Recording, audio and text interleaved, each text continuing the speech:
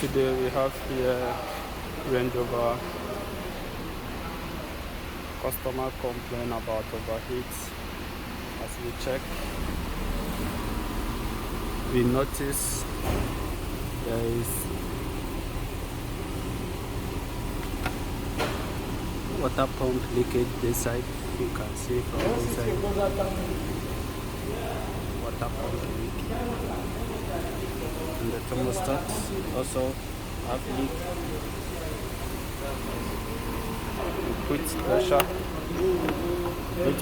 check thermostat leak, also water pump leakage. So this one need to replace the thermostat and the water pump.